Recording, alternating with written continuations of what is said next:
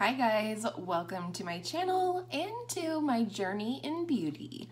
Today's video is part 2 to a collab with my girl Angela from Beauty by Angela. The first video was new releases 2018, products I wish I had bought, and now this video is part 2, 2018 new releases, products I'm glad I skipped.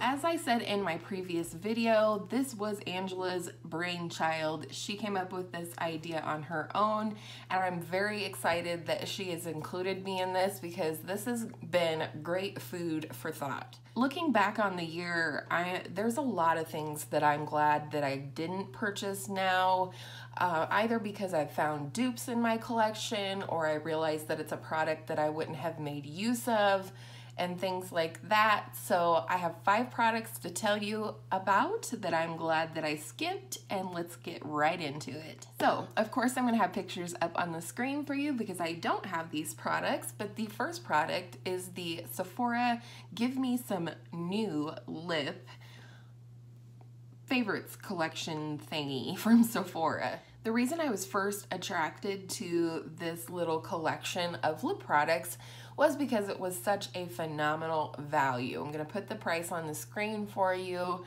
but I have a hard time not buying things when I find them to be an incredible value. And these Sephora lip kits are definitely an incredible value.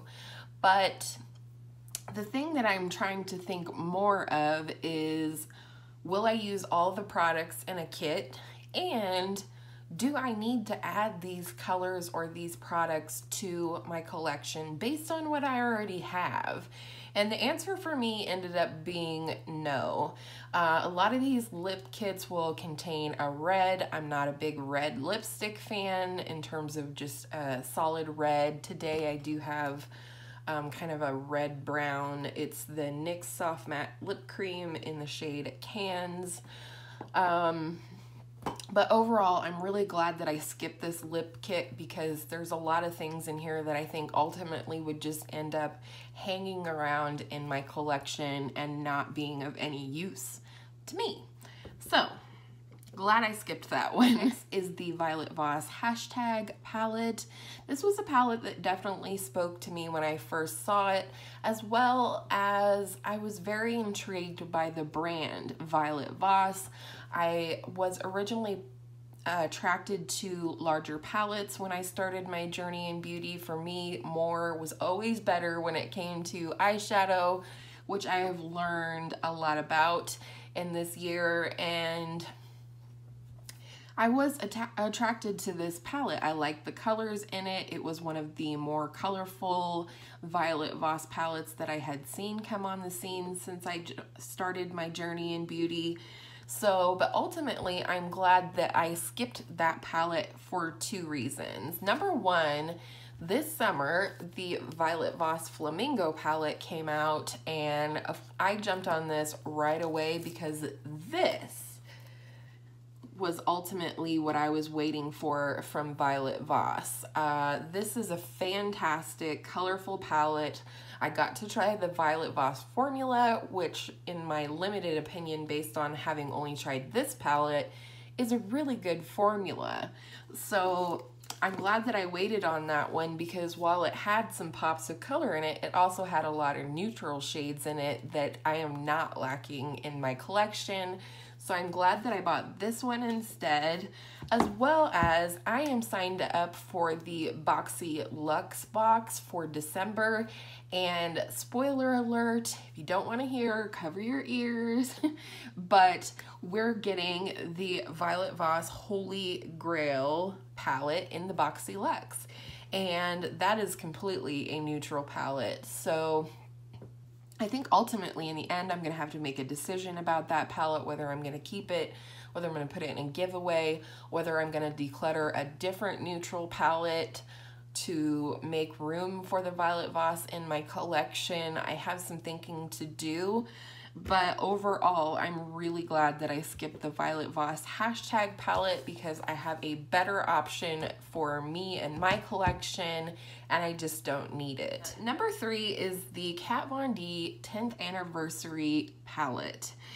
And this was a hard one for me. I really wanted the palette as soon as it came out. I had been waiting for Kat Von D. I missed out on the chance to purchase the Mi La Vida Loca, which definitely tripped my trigger because it looks like a color wheel. I paint, I am familiar with color theory, and I just thought, looking at that palette, I was so inspired by it because it was literally like looking at a palette of paint. So I missed out on that one, and ever since then I've been waiting for Kat Von D to put out another colorful palette, and she did for her 10th anniversary palette. It had beautiful packaging, very luxe, gold, beautiful artwork on the front. However, I am glad that I chose overall not to pick up that palette. First and foremost, because the reviews were not good on this palette. Everybody that I saw review this palette after they had purchased it immediately regretted the purchase. They talked about the quality of the palette not being very good. And so overall, I'm just really glad that I skipped that one. Kat Von D controversy aside, I just don't think that Kat Von D is going to be a brand for me.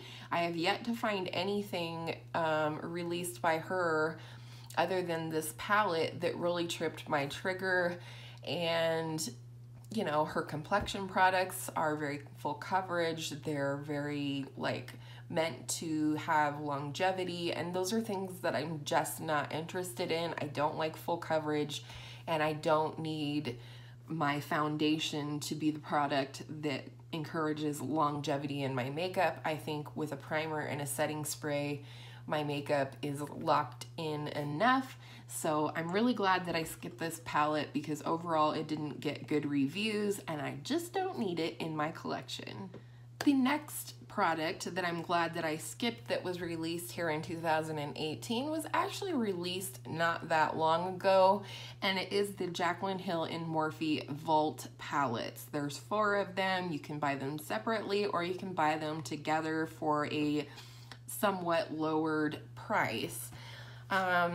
These definitely caught my eye. I like the way that they're broken up into different color stories and that there's kind of something for everybody in terms of warm tones or cool tones, or if you're into green or what have you. So these did initially catch my eye. However, I'm really glad that I skipped this release. In fact, while they caught my eyes, I didn't really consider purchasing them, and here's why. I have a ton of Morphe shadows in these 2 palettes. I have the Jaclyn Hill Morphe palette, and then I have the 35F, which is the Fall into Frost. Jaclyn, she's gotten a little use because I just got done with 7 days of that palette in anticipation of making a decision for my Pan That palette for next year. But this is my 35F, and I don't know if you can tell, but this palette is practically virginal. Like, I have not used it very much. I think I've probably used this palette 3 times, and I've had it for darn near close to a year. Like I said, in the beginning of my journey in beauty, when I was going from having 1 quad to purchasing palettes of eyeshadow, I thought the more the better, and I did pick up this one. It is beautiful and I do want to use it, but overall I don't need any more big palettes like this. I realize that the Vault is smaller palettes, but overall if you would combine them all together, it would be even more than what comes in one of these.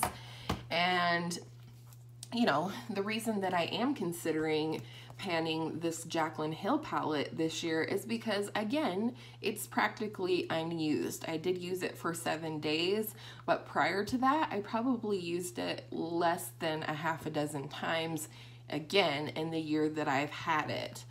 The other reason why I'm glad that I went ahead and skipped this new release is because While Morphe was acceptable to me at the beginning of my journey in beauty, I don't find that they're the best shadows ever.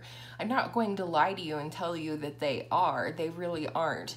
They are acceptable, they do work, and I do want to use the two palettes that I currently possess, but I don't think I'll be buying any more Morphe eyeshadows. I really don't. I need to curate my collection and really think thoughtfully, that's what I was gonna say, really be thoughtful about purchasing eyeshadows in the future because I have so much eyeshadow. These products that I'm talking about that I got almost a year ago, and I have used either one of them less than a dozen times or less than half a dozen times until I did the week of Jaclyn Hill. So overall, I'm really glad that I skipped this new release, and I will be skipping the James Charles release as well, even though it's a beautiful palette, even though I do support James in his career. I just don't think that these huge Morphe palettes are for me anymore. So hopefully that makes sense. No dirt, no shade to Morphe.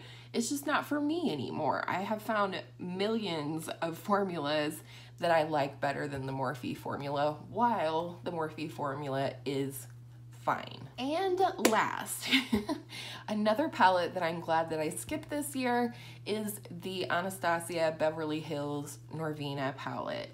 And here's the reason why. I already have these quadruplets over here, the ABH sisters as I like to call them, and I'm not going to show them all to you, but I will tell you again that these are practically virginal. They are practically unused. Probably the one that has the most use would be my Soft Glam. I don't know. They're not being used, and they have a shelf life. These palettes, I'm sad to say, and I think Paige from Thrifty Beauty, I will link her down below, she's also talked about how she probably won't be buying any more ABH palettes because she found that within a year from buying her Modern Renaissance that the formula was starting to change already.